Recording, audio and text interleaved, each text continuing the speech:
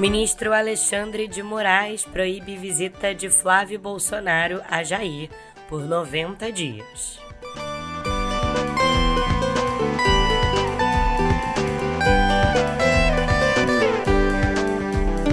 Cientistas encontram açúcar fora do sistema solar pela primeira vez.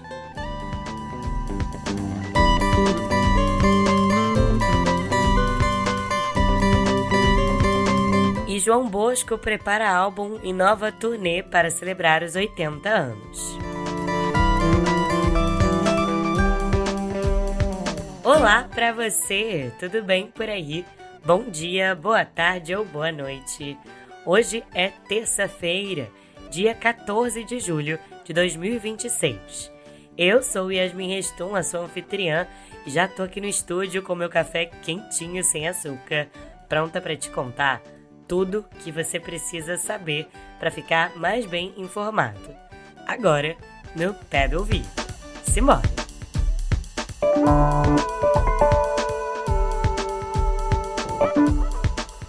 Abrindo a editoria de política, eu te conto que a carta do ex-presidente Jair Bolsonaro, lida pelo seu filho e pré-candidato à presidência da República, Flávio Bolsonaro, do PL do Rio de Janeiro, teve repercussões legais, como era esperado, né?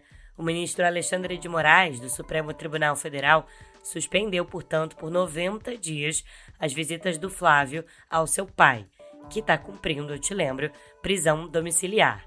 E na prática, os dois só vão poder se encontrar agora após o primeiro turno das eleições.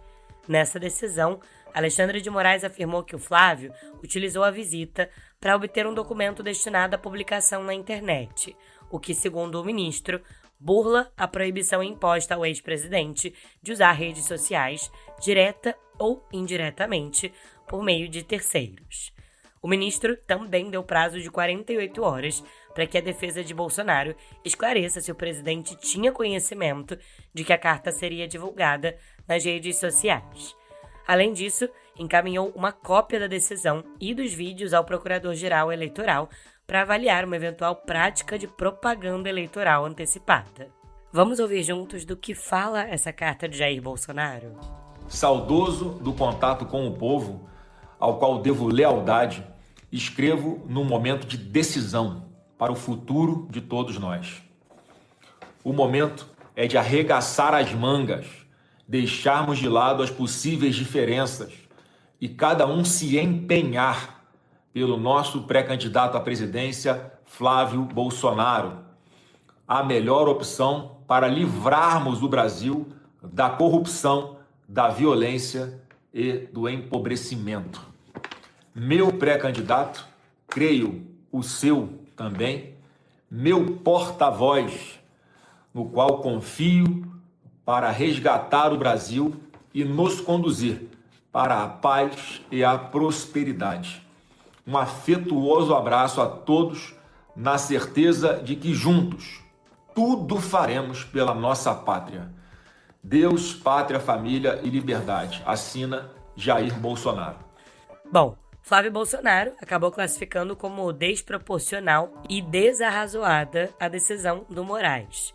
Durante uma transmissão ao vivo no seu canal no YouTube, o Flávio afirmou que essa medida representa uma tentativa de interferência no processo eleitoral e disse que o pai, Jair, foi deixado incomunicável. Então hoje todos nós acreditamos, né, surpreendidos por essa decisão do ministro Alexandre de Moraes, sempre ele, dizendo que um filho não pode visitar o próprio pai por 90 dias. E a justificativa fajuta seria que uma carta que o presidente Bolsonaro escreveu e que veio a público em minhas redes sociais e em diversos outros canais de comunicação. Então, pessoal, é obviamente algo completamente desproporcional, desarrazoado e claramente configura essa tentativa de Alexandre de Moraes de interferir nas eleições desse ano. Não bastasse toda a maldade e injustiça que ele já vem fazendo. O Flávio também criticou o que ele chamou de falta de critério por parte do STF, argumentando que outras cartas escritas por Jair Bolsonaro e divulgadas publicamente em ocasiões anteriores não foram alvo de restrições ou sanções semelhantes. O senador também comparou as restrições impostas ao pai com o período em que o presidente Lula, do PT, esteve preso, entre 2018 e 2019, dizendo que o petista pôde fazer articulação política, mandar cartas e dar entrevistas da prisão. O Lula, quando estava cumprindo pena de forma justa, correta, ele escreveu 22 cartas. 22 cartas. O Lula podia fazer tudo. Deu entrevista, recebia visita, todos os dias sem problema nenhum. E qual o critério agora com o presidente Bolsonaro? É um critério muito mais grave. Primeiro que ele está censurado, não pode usar suas redes sociais. Então olha só, olha o critério que tinha com o Lula e olha como é que está acontecendo com o presidente Bolsonaro, gente. A família só pode visitar, a família, diga-se, os filhos apenas, podem visitar o pai às quartas-feiras e aos sábados por apenas 2 horas. 2 dias na semana, por 2 horas apenas. Domingo ninguém pode visitar. Os advogados só podem visitar uma vez por dia, exceto sábado e domingo, por 30 minutos apenas. 30 minutos. E eu sou advogado, estou inscrito nos autos para fazer a sua defesa. Estou lá, procuração nos autos. Eu sou advogado do presidente Bolsonaro nos autos. O Alexandre de Moraes ignorou também. E eu já conversei com a OAB Federal para que eles se posicionem, se manifestem em defesa das minhas prerrogativas como advogado. Que eu não vou abrir mão. O deputado Lindbergh Farias, do PT, rebateu, argumentando que, diferentemente de Bolsonaro, o Lula não estava proibido de fazer manifestações públicas. Agora, a defesa do senador afirmou que a medida viola garantias constitucionais e direitos previstos na Lei de Execução Penal. Numa nota, os advogados sustentam que a decisão retira de Bolsonaro o direito de receber visitas de familiares e de manter comunicação com o mundo exterior. E também argumentou que o Flávio atua como advogado do pai e, por isso, essa restrição impede o exercício da prerrogativa profissional de comunicação entre defensor e cliente, que está prevista no Estatuto da Advocacia. Bom, nos bastidores do Supremo, os ministros avaliam que Alexandre de Moraes pode sim ter ido além do necessário ao questionar essa carta. Segundo relatos de integrantes da corte, há dúvidas sobre a possibilidade de considerar que o ex-presidente descumpriu as medidas cautelares apenas por ter redigido o documento. Na avaliação desses ministros, não existe uma proibição para que o Bolsonaro escreva cartas durante a prisão domiciliar, o que tornaria justamente controversa a adoção de novas sanções com base exclusivamente nesse ato.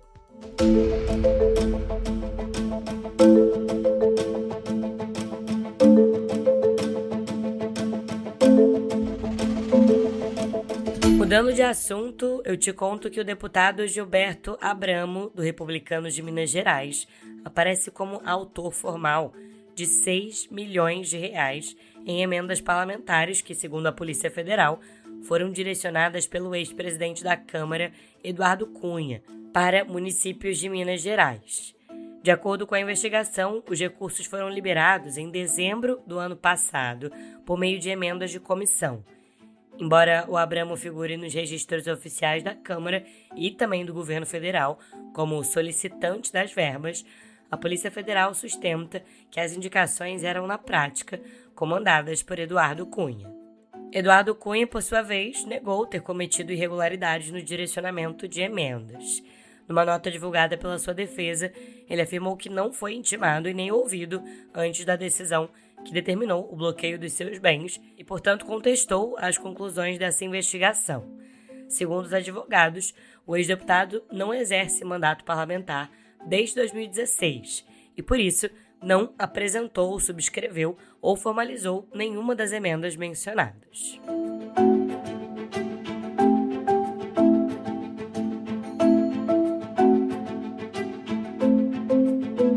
E nesta segunda-feira saiu a nova pesquisa BTG Nexus, que aponta estabilidade no cenário eleitoral. Na intenção de voto espontânea de primeiro turno, aquela em que não são apresentados os nomes dos candidatos, o presidente Lula, do PT, aparece com 35%. Já no cenário estimulado, em que são ditos os nomes dos candidatos, o Lula lidera com 40% e Flávio vem com 34%. Na sondagem de junho da BTG Nexus, o Lula tinha 42% e o Flávio tinha também 34%. Ronaldo Caiado, do PSD, ficou com 5% agora em julho, o Renan Santos, do Missão, e o Romeu Zema, do Novo, ficaram com 4%, e numa simulação de segundo turno, o Lula e o Flávio aparecem, respectivamente, com 47% e 44%, que são os mesmos números de junho, e, portanto, eles estão tecnicamente empatados, já que a margem de erro é de 2 pontos.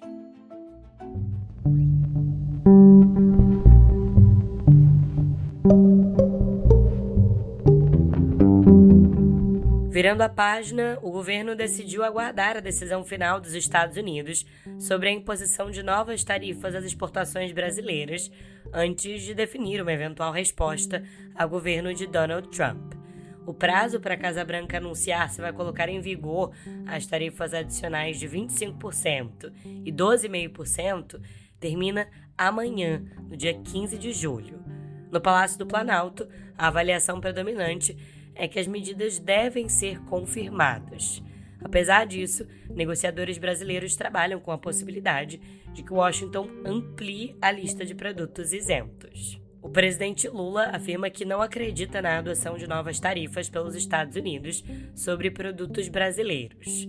Ao participar do lançamento de uma turbina movida a etanol em São José dos Campos, em São Paulo, o Lula disse que não vai ter tarifaço. Nos bastidores, o governo ainda aguarda uma última reunião com o representante de comércio dos Estados Unidos, o Jamieson Greer.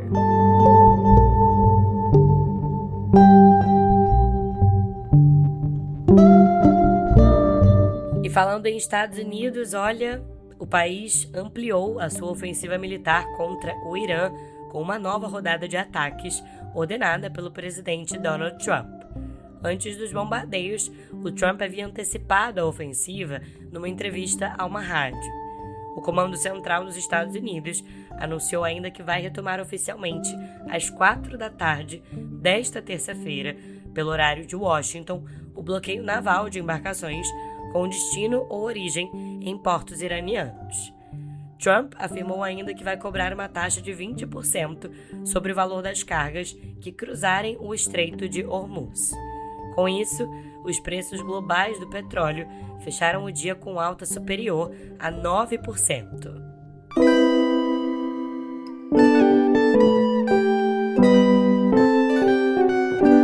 Abrindo a editoria de Viver, eu te conto que a onda de calor que atingiu a Europa Ocidental na segunda quinzena de junho causou mais de 10 mil mortes, além do esperado para essa época do ano, sendo mais de 9 mil entre idosos, de acordo com a Euromomo, que é uma rede apoiada pelo Centro Europeu de Prevenção e Controle de Doenças e também pela Organização Mundial da Saúde. As altas temperaturas elas podem causar a morte por hipertermia ou agravar doenças cardiovasculares e respiratórias. Cientistas afirmam que a onda de calor teria sido praticamente impossível sem as mudanças climáticas causadas pela ação humana.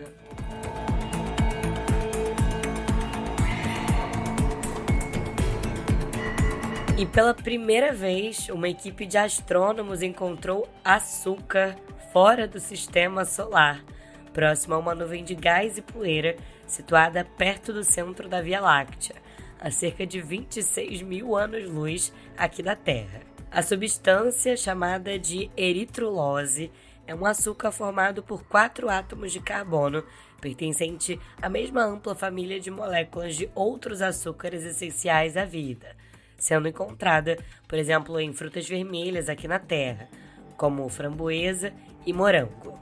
Esse estudo foi publicado na revista científica Nature Astronomy e os pesquisadores afirmam que moléculas como a eritrulose podem ter se formado ainda na nuvem que deu origem ao próprio sistema solar, antes mesmo do Sol e os planetas existirem.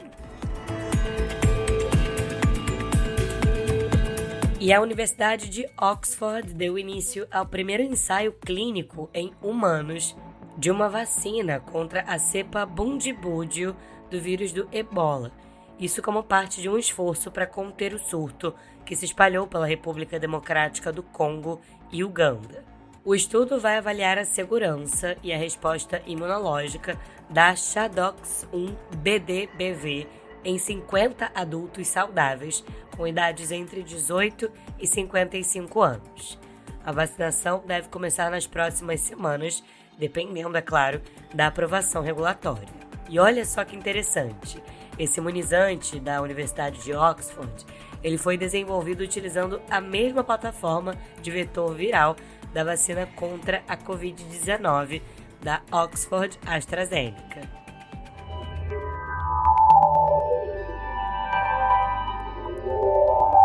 Abrindo a editoria de Cotidiano Digital, você lembra de que o CAD exigiu ao Google uma remuneração a veículos jornalísticos pelo uso de conteúdo em ferramentas de inteligência artificial? Pois bem, a empresa Google apresentou a sua defesa ao CAD, argumentando que o órgão não teria competência para exigir esse tipo de obrigatoriedade e que essa obrigação só poderia vir do legislativo. A Big Tech Google comparou uma eventual remuneração obrigatória a um imposto. E o processo investiga o Google por exibir conteúdo jornalístico nas suas plataformas sem justamente remunerar os veículos que o produziram e também por desviar tráfego direto desses sites. O aplicativo Waze anunciou uma série de novidades com inteligência artificial para o Brasil. A principal é o MapMate, que permite relatar ocorrências no mapa por voz, usando frases naturais, isso usando o Gemini, interpretando esse comando e gerando a sugestão de atualização. Também chega o modo moto, que calcula o tempo de viagem para motociclistas, considerando restrições e obstáculos específicos, e o modo menos falante, que reduz as instruções por voz durante a navegação. O aplicativo do Waze também passa a permitir buscas por destinos em linguagem natural, como, por exemplo, busque uma cafeteria aberta agora, e ganha também a navegação personalizada com base no histórico do usuário. A Califórnia e outros 11 estados norte-americanos processaram a Paramount para tentar barrar a compra da Warner Bros. Discovery por 110 bilhões de dólares. A alegação dos estados norte-americanos é que essa fusão da Paramount com a Warner Bros. Discovery reduziria a concorrência na distribuição de filmes e na TV a cabo, onde as duas empresas juntas controlariam canais como CNN, MTV, Cartoon Network e Nickelodeon. Os estados norte-americanos, portanto, pedem que a Paramount adie a conclusão do negócio até o final do processo. Caso contrário, vão buscar uma liminar. Para a Paramount, esse processo ainda adiciona um risco financeiro, já que a cada trimestre de atraso para a conclusão desse negócio, a empresa vai pagar 650 milhões de dólares em taxas para os acionistas da Warner.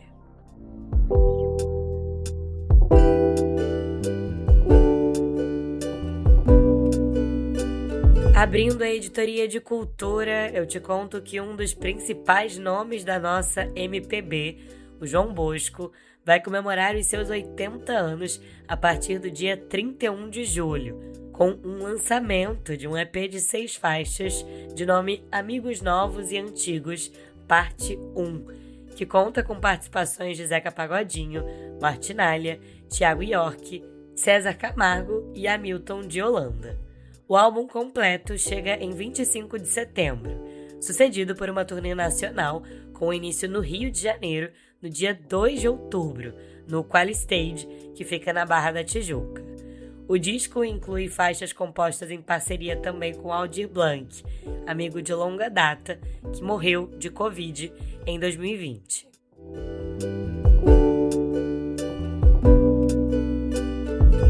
E E sabe quem é que segue quebrando recordes? Pois é, o longa baseado na vida e obra do rei do pop, de nome Michael.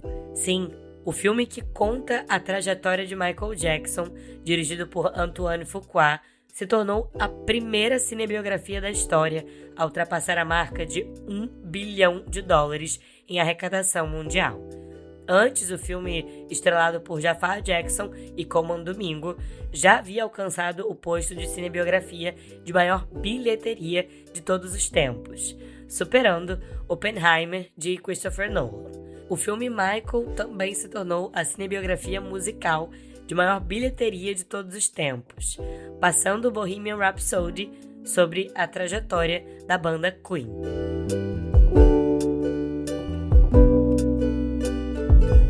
E a Warner Bros. Lançou o primeiro trailer de Digger, que é um filme estrelado por Tom Cruise e dirigido por Alejandro González Iñárritu. Esse filme, que está sendo descrito como uma comédia de proporções catastróficas, acompanha Digger Rockwell, que é um magnata do petróleo, que pode ter desencadeado um desastre ecológico global de grandes proporções. Ele é o único capaz de resolver o que parece ser uma crise de derretimento acelerado de um iceberg e recebe ordens do presidente dos Estados Unidos, interpretado pelo John Goodman, para justamente salvar o planeta. No entanto, a solução para o problema pode custar até $18 trilhões.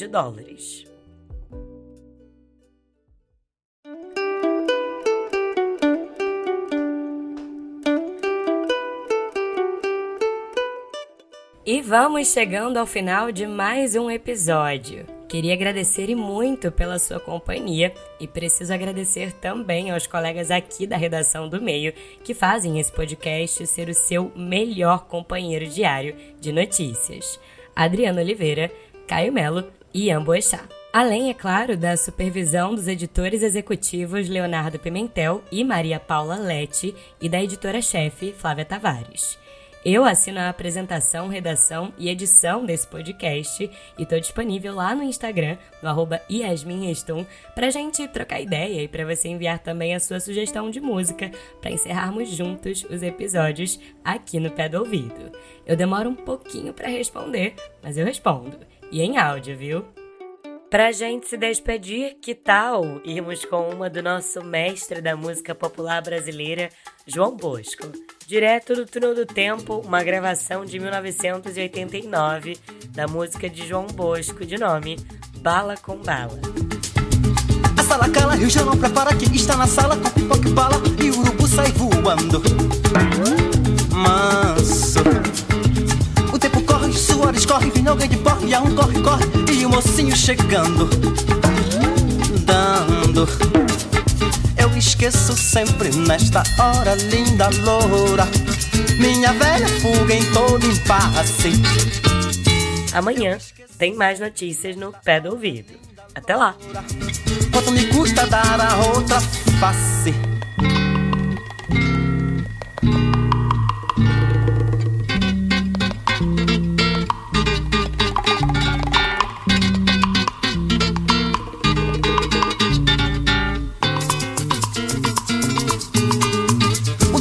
Num balacobaco ia falar com fala, ia bala com bala, e o galão se espalhando, dando.